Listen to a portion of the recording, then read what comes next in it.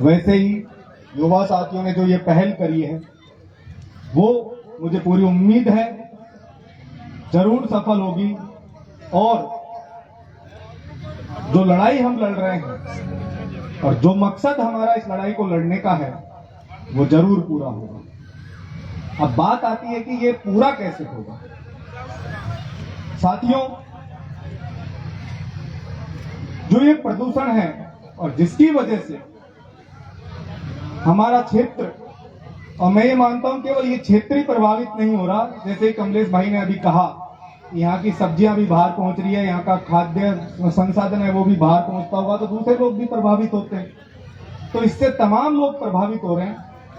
अब इस लड़ाई को लड़ने का जो जरिया है वो है हम पहले कानून के तहत जाएं और इस देश के अंदर हमें रास्ते उपलब्ध हैं।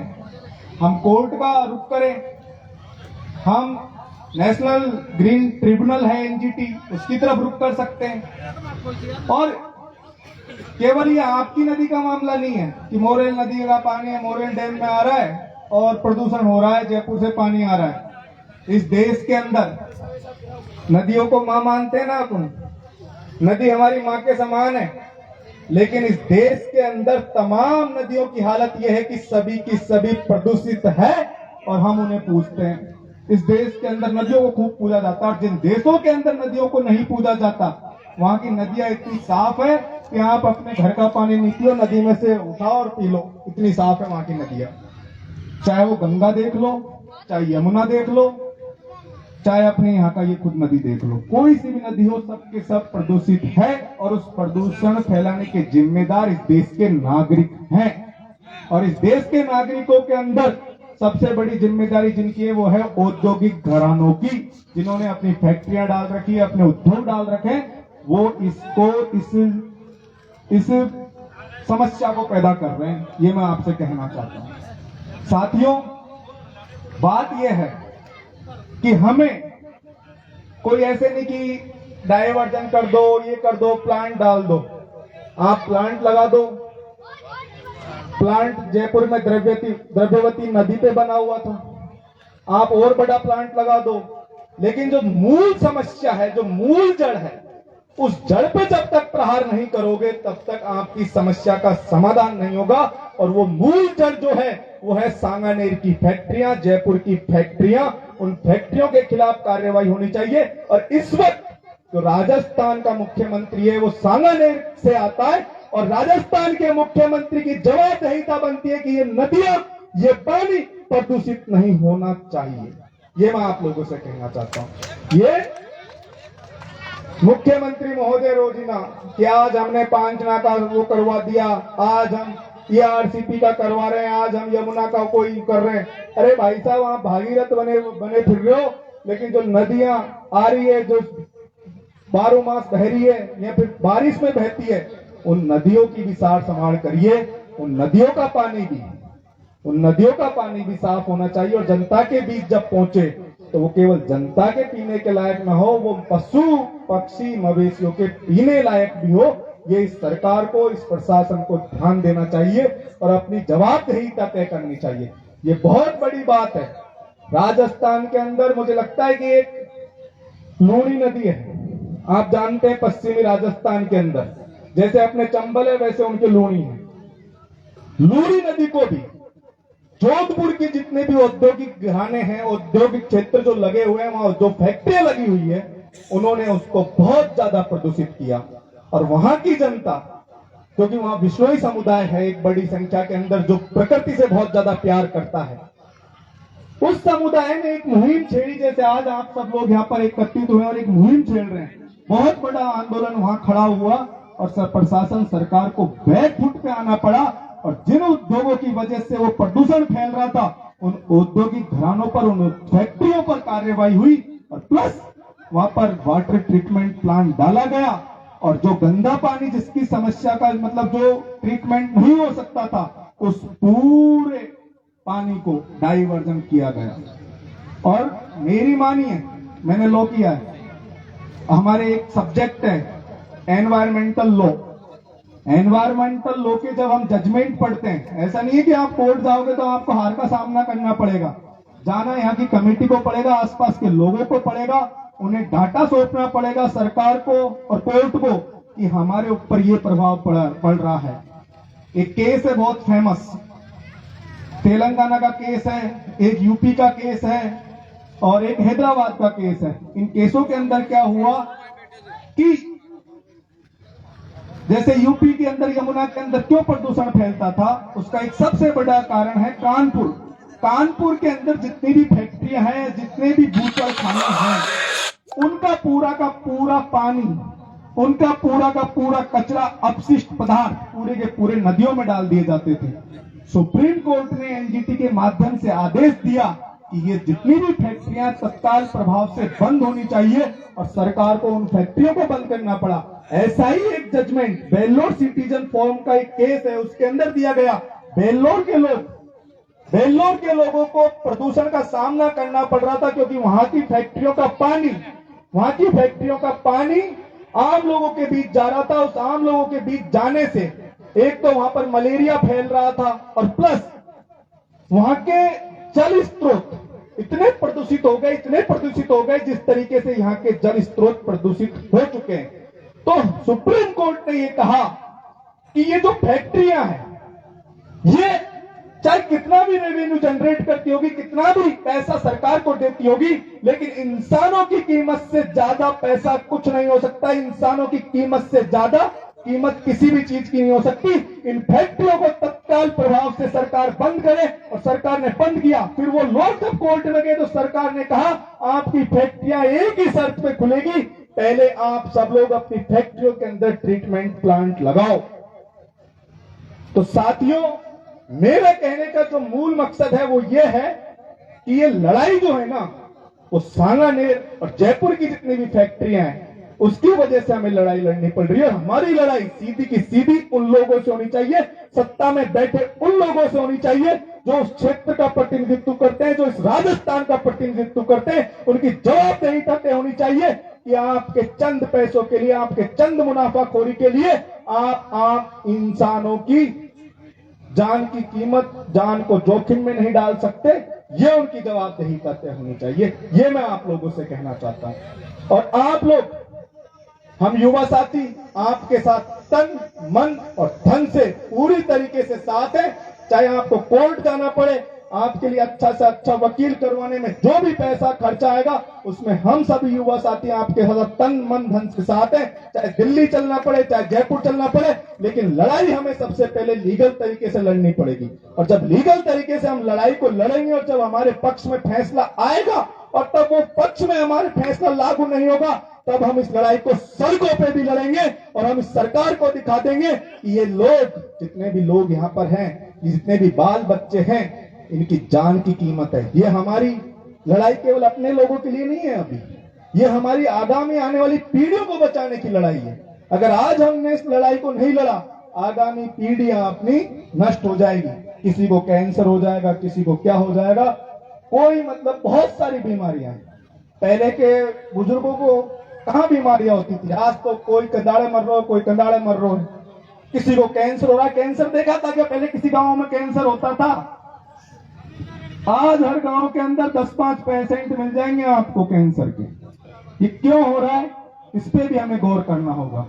और जब सही पानी आएगा ना तो आपको खेतों के अंदर यूरिया देने की जरूरत पड़ेगी, ना किसी और चीज की जरूरत पड़ेगी।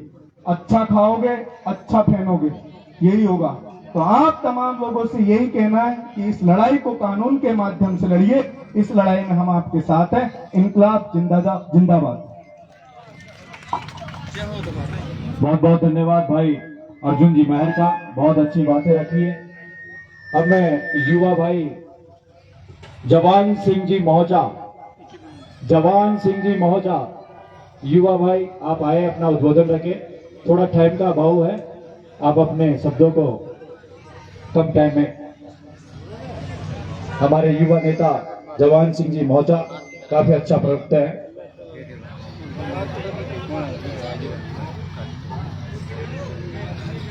एक बार सभी जोरदार नारा लगाएंगे। मेरा नाम तो हरदम चलेगा, एक बार सभी जोरदार नारा जय जवान जय निहाई पटेल आवाज। यहाँ पर मौजूद मेरे पिता समान किसान भाई, जान से प्यारी मेरी माता बहनें, और दूर दराज से आज हम सब मोरेल बांध में जो गंदगी फैली हुई है उसे बचाने के लिए बचावे आया ना, एक बार हाथ खड़ा कर दो, हम बचावे हो डोल में। चलो ठीक है, बचाने के लिए पधारे मेरे तमाम किसान भाई, माता बहनें, सर समाज के, मैं सभी के लिए दिल से जय जवान जय किसान। अभी मेरे से पहले मैंने 3-4 वक्ताओं के भाषण सुने। मैं सबसे पहले यहाँ पर मौजूद मैं सबका ध्यान आकर्षित करना चाहता हूं। जब कोई सभा होती है और सभा में जब हम घर से निकलते हैं तो हमारा मेन मकसद ये होना चाहिए कि सामने वाला क्या कह रहा है। गलत तो नहीं बोल रहा हूं पटेल? हाँ, हमारा ध्यान कहते बैठे बोल रहा है खान से जाए गंदगी। भाई पहले खुद की बात संभालो, जब गंदगी जाएगी भाई। अभी अब मेरे से पहले अर्जुन भाई ने आपके लिए बहुत अच्छी बात कही, और भी भाई पहले आए। मैं तमाम भाइयों से कहना चाहता हूं, पहले अपना मजबूत स्टैंड करो। आपको पता है मैं जिस क्षेत्र से आता हूं, अभी हाल ही में भाईचारे की भावना से कैसे भी समझौता हो चुका, पांचड़ा बांध कर हुआ कि नहीं हुआ, सबन ने सुन ली होगी बात, सही है ना बात? तो मैं तमाम किसानों से कहना चाहता हूं, मोरल बांध के यहाँ पर मौजूद मेरी माता बहनें, मैं आपसे कहना चाहता हूं कि आप चाहते हो कि गंदगी हटे तो सबसे पहले एकता दिखाना जरूरी है। सही है ना बात? अगर हमें एकता है, हमें ताकत है, तो हमारे भाई अर्जुन ने कहा था कि ये सांगानेर से आता है और सांगानेर का मुख्य आदमी आज राजस्थान की जो विधानसभा या मुख्यमंत्री बन के संभाल रहा है, तो हमसे बड़ो थोड़ी है। तो हमसे बड़ो किसानन से बड़ो का नहीं है ना, किसानन से बड़ो। आज तक इस दुनिया में कोई पैदा ही नहीं हुआ जो किसान से बड़ा हो सकता। किसान देश का अन्नदाता, पेट भरता है इस करोड़ों से ज्यादा आबादी का। तो मैं तमाम मेरे सभी भाइयों से अपील करना चाहता हूं, थोड़ा ध्यान दे मेरी बात पर भाई। हम भी आपके लिए एक विश्वास लेकर आए लड़ाई में। हम तो वैसे क्रांतिकारी हैं, जब भी कहोगे आधी रात पर तैयार मिलेंगे। लोग राजनीति कर जाएंगे, लोग स्वार्थ देख जाएंगे, मगर हमने जिस मां की कोख से जन्म लिया है, हमने कभी अपना स्वार्थ नहीं देखा इस पूरी राजस्थान में। जब भी कोई किसान की आवाज आती है, चाहे मोरेल से बजे या किसी भी बांध से बजे या गांव गांव ढाणी से बजे, हम आपको हर हमेशा खड़े मिलेंगे। मैं तमाम भाइयों से कहना चाहता हूं, मेरा कोई ज्यादा गाइडलाइन का वो मामला नहीं है। मैं तो ये कहना चाहता हूं तमाम भाइयों से, मेरा आने का मकसद सिर्फ और सिर्फ यह है कि मैं भी उसी बांध को देख के आया था। मैं वह पानी भरे लाए बोतल पर भूलो, मैं जल्दबाजी में गाड़ी में धरिए बोतल, उसमें खराब पानी है। मैं खुद सर्वे करके देख रहा हूं, बिल्कुल ऐसा पानी है जिसकी कोई कल्पना नहीं कर सकता। चलो हम जागे, देर से सही मगर जागे तो सही। मैं तमाम भाइयों से कहना चाहता हूं, चिंगारी जब एक छोटी सी चिंगारी लगती है ना, जब वो बड़ा रूप धारण कर लेती है, तो सरकार क्या, जनप्रतिनिधि क्या, सब हमारे आगे पीछे भागेंगे। मैं तमाम भाइयों से कहना चाहता हूं, कमेटी बनाओ, एक ऐसी कमेटी, विश्वास पात्र कमेटी, जो आपको आगे तक लड़ाई के लिए ले जा सके। चाहे आपको जनप्रतिनिधि लाने पड़े, चाहे सुप्रीम कोर्ट या हाई कोर्ट में जाना पड़े, क्योंकि ये लड़ाई कोई छोटी मोटी लड़ाई नहीं है। फैक्ट्री भी बड़े बड़े लोगों की होती है और वो कहीं न कहीं सरकार में अपना वजूद रखते हैं। अगर इस राजस्थान का किसान, पूरी राजस्थान का किसान अगर जागा होता ना, जागा, तो आज ये दिन नहीं देखने पड़ते। मगर आप जागे, उसके लिए दिल से सैल्यूट करता हूं। मैं तमाम मेरी माता बहनों और किसान भाइयों से कहना चाहता हूं, अगर आप इस गंदगी को मिटाना चाहते हो, क्योंकि हमारे उदय मोड़ पर चर्चा चले लग पड़ी, यार वे मंडारी से आए ना, वे सब्जी नाले बंद करो, हम मन नहीं जाए, गंदगी आ रही। यहाँ हकीकत बात है भाई, बुरमाने की बात नहीं है, क्योंकि हम जो खाएंगे वो सब्जी है, तो हम ही मर जाएंगे तो क्या करेंगे। तो इसलिए भाई समझ जाओ सबसे पहले, क्योंकि गंदगी, एक किसान मर जाएगा, जीव जंतु मर जाएंगे, क्या करोगे आप राजनीति कर कर। मैं उन राजनीति वालों से भी कहना चाहता हूं, मेरा कोई टारगेट करने का मकसद नहीं है, राजनीति में कहीं भी रहो आप, मगर ये जनता, ये किसान, इसके बारे में भी सोचा करो। चाहे विधानसभा में घुसो चाहे लोकसभा में, मगर यही तो पहुंचावे, यहाँ पाई तो पहुंचावे। मैं लोकसभा विधानसभा में गलत तो नहीं बोल रहा हूं भाई। इसलिए मेरा आप सभी से हाथ जोड़कर निवेदन है कि एकता दिखाओ, एकता में ही शक्ति है। और मैं तो बार बार यही कहूंगा कि भाई समय पे जाग जाओ, समय पे। मैं देख रहा हूं पूरी दुनिया में चर्चा है, और आप ये नहीं सोचा कि लाल सूट की लड़ाई है कि मंडारी की है, बोड़ी की है या सवाई माधोपुर की है। किसान की जब भी आवाज आएगी तो हर हमेशा किसान कौम से करने वाला हर आदमी आपके लिए खड़ा मिलेगा, कहीं भी आप कर लेना। मैं तमाम मेरी माता बहनें, बुद्धिजीवी वर्ग, युवा वर्गों से कहना चाहता हूं, आपको घबराने की कोई बात नहीं है। कभी मेरे सारे एक पटेल बैठे हो तो फिर यार आप तो सरकार सुनेगी, जान नहीं सुनेगी, बाहर पटेल मैंने क्यों नहीं सुनेगी भाई, सरकार क्यों नहीं सुनेगी। मैं आपसे पूछना चाहता हूं, मेरी समझ नहीं आ रही, हम में ऐसे बैठे हैं कि सरकार सुनेगी नहीं सुनेगी। अरे भाई सुनेगी सरकार, सरकार को सुनाने वाले चाहिए। आज से 10 साल पहले, 5 साल पहले कोई किसानों की आवाज नहीं उठावा भाई। हमने डकरारी क्रांति लाए हम पूरी राजस्थान में, और किसान जगाए, चाहे किसी भी एंगल से जगाए, एक अच्छा ग्रुप तैयार किया पूरी राजस्थान में। अगर आज जो आवाज उठती है किसान कौम की, तो इन युवाओं की बदौलत है। पटेलों घबरावे की जरूरत नहीं है, जान अड़ा देंगे आप, तो तैयार हो जाओ। जय जवान जय किसान। बहुत बहुत धन्यवाद जवान सिंह जी मौजा, युवा नेता, आपने अच्छी बात रखी है किसानों के लिए। मैं अब हमारे जो गायक कलाकार है भाई मुकेश जी नेताजी, सुरेश सोंदा जी और मुकेश जी, ये 10 मिनट का टाइम मांग रहे हैं, गीतों के माध्यम से आपको कुछ प्रस्तुत करना चाहते हैं। इसके बाद में हमारे कुछ प्रवक्ता है